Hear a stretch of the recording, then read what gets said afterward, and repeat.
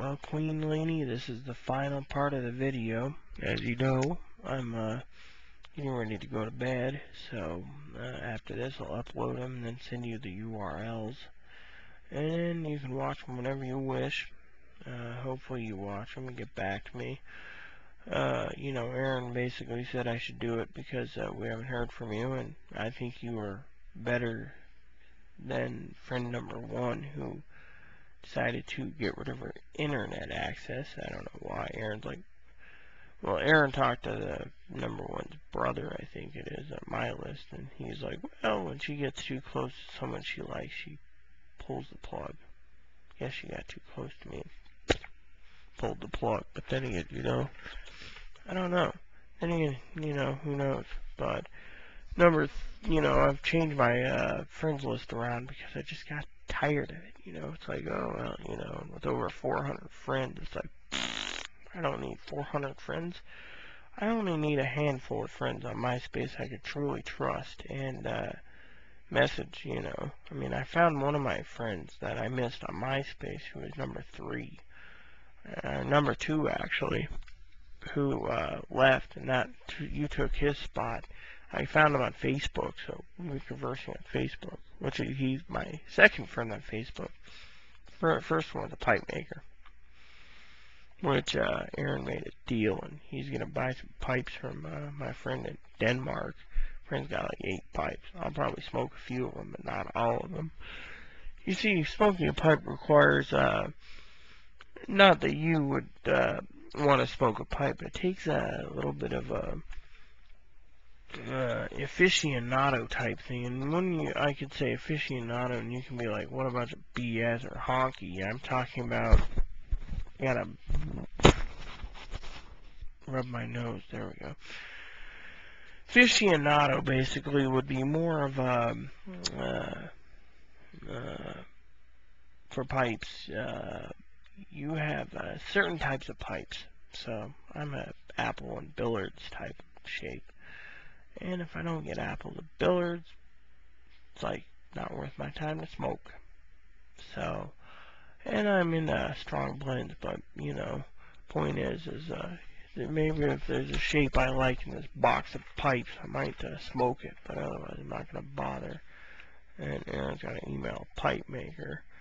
He wants to email another one. This one guy we had to commission a pipe for. He wanted bank transfer. I don't give bank transfers. I don't even own a bank account, or as they say, own one, rent one.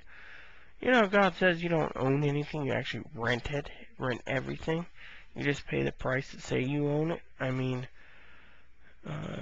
there's this one TV show where it says you don't actually rent, but you don't actually buy beer. You rent it. Well, you don't buy. You rent everything.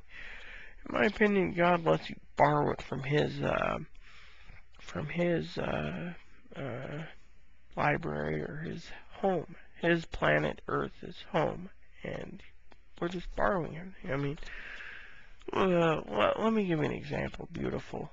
You're gorgeous and you're beautiful. You're just borrowing the body until old age.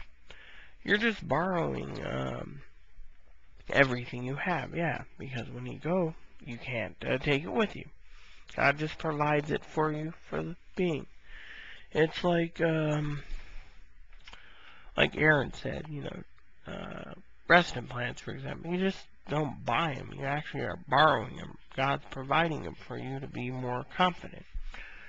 Same with butt implants or, whatever. So, I think it's funny. This netbook, when I could say, oh yeah, this netbook's my netbook, or my Binky's my Binky, or my Pikachu's mine. Actually, it's God's. I'm just borrowing it from him. Whatever he does after I'm dead with it, that's another story. I mean, if you go and commission a pipe for $2 grand, for example, and you get it, it's like, oh yeah, I got a new pipe, it costs $2 grand. And I own it. No, you're borrowing it. Me and Aaron talked about that tonight too. We just borrow everything. Nothing's truly ours. We can finance ourselves, or let me put it this way: we can get ourselves into debt up to our ass. But truthfully, we don't own it. We don't own it. God owns it. Some say, oh well, we own ourselves. We don't own ourselves. God owns us. Then you got these idiots that's like, well, I'm a man. I own my wife. When we got married, I owned that wife. I own that woman. I don't know about my old man. He was in the military for like, I think I told you 36 years, so I don't think Dad thought he owned a woman. Of course, Dad's temper was he struck women. Now, that's what my mama said. From what I understand from my connections, he was in a covert military, basically, and did funky things, you know.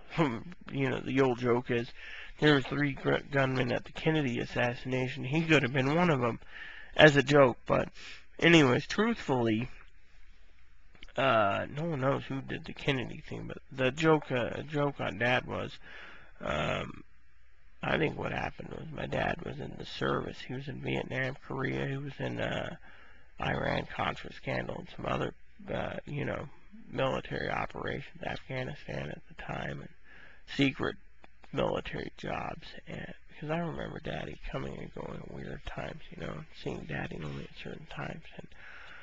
And I think what happened is my daddy was in, you know, the secret military organization, and he got spooked, and my mother said she had a knife put to her throat and gun to her head. If that was the case, Daddy was spooked, and I believe that. I don't think my daddy would have done anything to her. I mean, my mom claims my daddy beat her, but then again, my mom's like, well, I didn't drink when I was pregnant with you. Well, she was drunk when she had me, and she was drunk before I had me, and before she had me, and I was born with alcohol syndrome, so,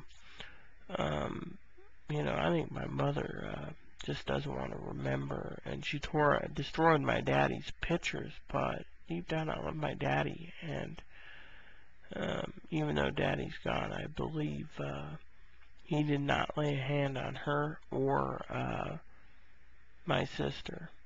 Of course, one of my sisters fell in love with my dad. It was her stepdad, not biological. And I'll tell you the truth, I have 2 family members. We call them the Its. Well, It 1 and It 2. Daddy got her pregnant and had 2 kids, boy and a girl. That's why I call them the Its. They're not brothers nor their nieces. They're Its because I don't classify them as brothers, and I don't classify them as nephews, because if it's on my father's side, it'd be brothers. Now, under my sister's side, half-sister, it'd be niece and nephew. That's why I call them Its. Really weird, you know. That's why I don't bring it up to my family, but I think it's pretty weird.